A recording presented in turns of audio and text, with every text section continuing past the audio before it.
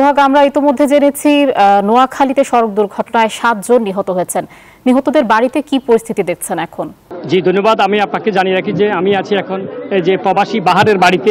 এই বাড়িটি আসলে লক্ষ্মীপুরের পশ্চিম চৌপল্লী গ্রামে আসলে অবস্থিত।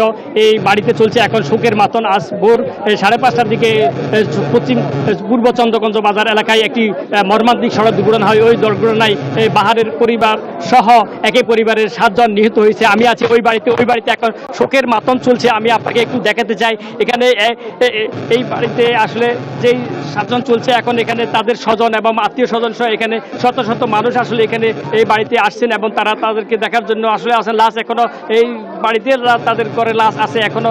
প্রশাসনের পক্ষ থেকে তারা সার্বিক পরিচিতি নিয়েছেন। আমি আপনাকে একটু দেখাই যে এখানে আসলে নারী পুরুষ এবং অসংখ্য মানুষ এখানে এসেছেন। আসলে তার গত 3 বছর আগে বাহার আবুধাবিতে যায় প্রবাসে। সেখান থেকে সে গতকাল গভীর রাতে সে বাড়িতে আসার জন্য, তার সপরিবারে আসার জন্য সে এখানে রওনা দিয়েছে। আসলে এখন তার বাড়িতে আসার পথে তার বাড়ির পার্শ্ববর্তী পশ্চিম পূর্ব চন্দ্রগঞ্জ বাজারে আসলে এখানে মাইক্রোবাসটি নিয়ন্ত্রণ হারিয়ে খালে পড়ে যায়। আসলে আমি আছি এখন তার ঘরে।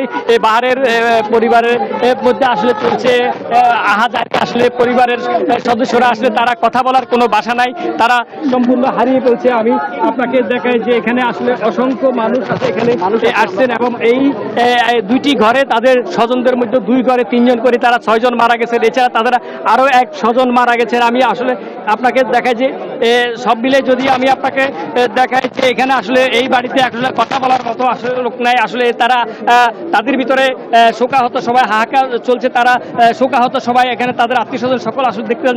এই ছিল আমার কাছে নোয়াখালী লক্ষ্মীপুর থেকে সবশেষ। সোহাগ, আপনাকে ধন্যবাদ। বান্ডেল থাকলে প্রতি সেনমানিতে টাকা বাঁচবে।